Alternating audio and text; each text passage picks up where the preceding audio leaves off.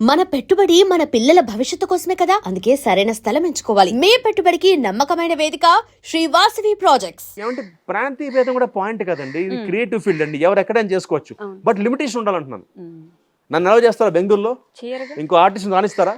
మరే give respect, take respect. నన్ను రానివ్వండి, మా ఆర్టిస్టులు రానివ్వండి, బెంగళూరుకి మేము యాక్సెప్ట్ చేస్తాం. అక్కడి నుంచి మీరు మమ్మల్ని రానివ్వరు, మీరు వస్తే మేము ఒప్పేసుకోవాలి. అక్కడే ప్రాబ్లం నాకు.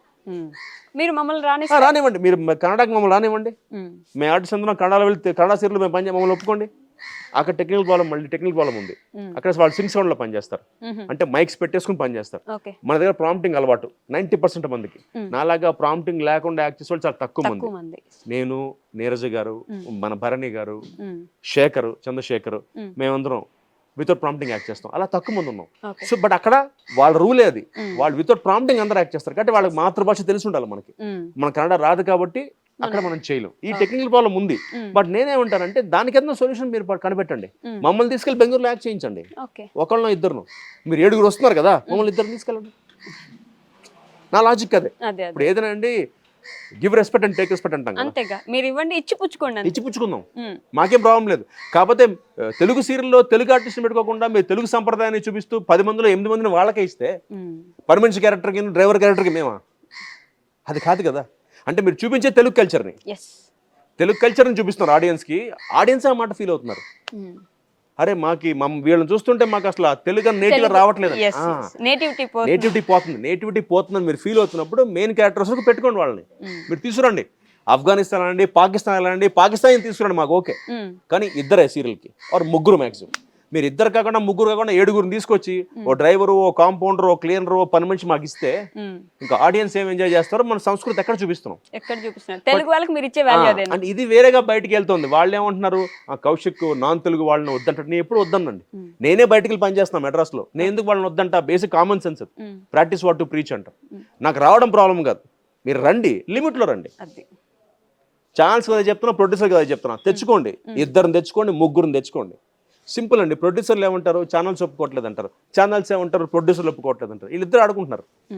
ఇక్కడ బలైపోయేవాడు ఆర్టిస్టులకే బాధ అంతా. సో ఇందాక మీరు మాట్లాడుతూ ప్రొడక్షన్ వైపు మాత్రం అడిగేను అని అన్నారు. ఇప్పుడు డైరెక్షన్ కూడా వేసేసారు కాబట్టి ఇంకా వేరే డెఫినెట్ అయ్యాను. అదే ఎందుకని ప్రొడక్షన్ అంటే నాలాంటి వాడి మెంటాలిటీకి సెట్ అవుతుంది. అంటే నేనేంటంటే క్రియేటివ్ ఎక్స్పెక్ట్ చేస్తా. అంటే నేను ఎవరిని బ్లేమ్ చేయట్లా. ఇప్పుడు సిచ్యువేషన్ అలా ఉంది. ఇప్పుడు సీరియల్కి ఈపీ ఉంటాడు, ఈపీ లొకేషన్కి వస్తాడు. వాళ్ళ షెడ్యూల్కి మనకి షూటింగ్లు 2nd, 4th, 1st, 3rd షూటింగ్లు అవుతాయండి. ఆ షెడ్యూల్ 60 సీన్లు ఓకే చేయాలి. వాళ్ళ సిచ్యువేషన్ బట్టి 20 సీన్లే ఓకే చేస్తారు. ఇంకా 10 సీన్లు రావు. ఈలోపు ఆర్టిస్టులు డేట్లు పోతాయి. నాకు ఈ టెన్షన్ ఎవడపడతారండి. నేను గట్టిగా మాట్లాడితే కోపాలు వస్తాయి.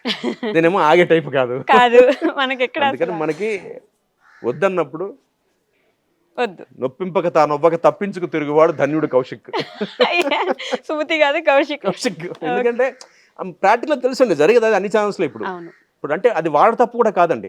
వాళ్ళకు 14 సీరియల్స్ అవుతుంటే ఐపీఎల్ అందరూ కూర్చుని డిస్కస్ చేసి టీఆర్పీ ఇష్యూ ఉంది. ఇప్పుడు టీఆర్పీ వాళ్ళందరూ కూర్చుని వాళ్ళు దానిలో వాళ్ళు దాన్ని ఒక యుద్ధంలో చేస్తారు ఆ మీటింగ్లో. సో అవన్నీ ఓకే. ప్రొడ్యూసర్ దాకా సీన్లు వచ్చేప్పటికీ ఆ షెడ్యూల్ 20 సీన్లు కానీ రావట్లా. ప్రొడ్యూసర్కి ఏంటి, మా ఆర్టిస్ట్ డేట్స్ అన్ని బ్లాక్ అయి ఉంటాయి. నా డేట్ మళ్ళీ దొరకదు 3rd వీక్ దాటితే. బట్ వాడికి నా డేట్ కావాలి, మళ్ళీ అడుక్కోవాలి. ఇవన్నీ ఎవరు పడతారండి. అందుకే సైలెంట్ గా వచ్చామో, పని చేసామో, డబ్బులు తీసుకున్నామో, బయలుదేరాము, అంతేనా? బెస్ట్. కానీ సీరియల్ యాక్టర్స్ కి మోస్ట్ ఆఫ్ ది టైం సినిమాల్లో అవకాశాలు ఉండవు. ఎందుకని? అది మన దౌర్భాగ్యం. అంతే, ఏం లేదు, దౌర్భాగ్యం. మనకు ట్యాగ్ అన్నమాట. కౌశిక్ అంటే ఒక స్టాంప్ వేస్తారు, టీవీ ఆర్టిస్ట్ అని. నేను ఆర్టిస్ట్ అండి, టీవీ ఆర్టిస్ట్ కాదు, ఆర్టిస్ట్. ఇది చాలాసార్లు చెప్పాను. థియేటర్ చేసేవాడికి, సినిమా చేసేవాడికి, టీవీ చేసేవాడికి తేడా ఏంటంటే పర్ఫార్మెన్స్ లెవెల్స్ మారుతాయి. థియేటర్ అంటే ఎక్కువ యాక్ట్ చేయాలి, ఎందుకంటే 100 కుర్చీలో కూర్చోవాడికి నా పర్ఫార్మెన్స్ కనిపించాలి కాబట్టి. టీవీ అంటే ఇంకొంచెం తగ్గిస్తా, ఇంట్లో ఉంటాం, దగ్గరగా ఉంటాం కాబట్టి. సినిమా అంటే ఇంకా తగ్గించాలి, పెద్ద స్క్రీన్ కాబట్టి. ఒక షాకు నేను తక్కువ చేస్తాను సినిమాకి, ఇంకొంచెం ఎక్కువ టీవీకి చేస్తాను. నాటికి ఎక్కువ చేయాలి, ఇంకా చివరిలో కూడా కనిపించగా నా యాక్షన్. అంతే తేడా అండి. బట్ మన వాళ్ళ దౌర్భాగ్యం ఏంటంటే ఆ కౌశిక్ గారు టీవీ ఆర్టిస్ట్, ఇంకో డ్రామా ఆర్టిస్ట్ బాబు, టీవీ థియేటర్ కాదు, ఆర్టిస్ట్ ఇక్కడ.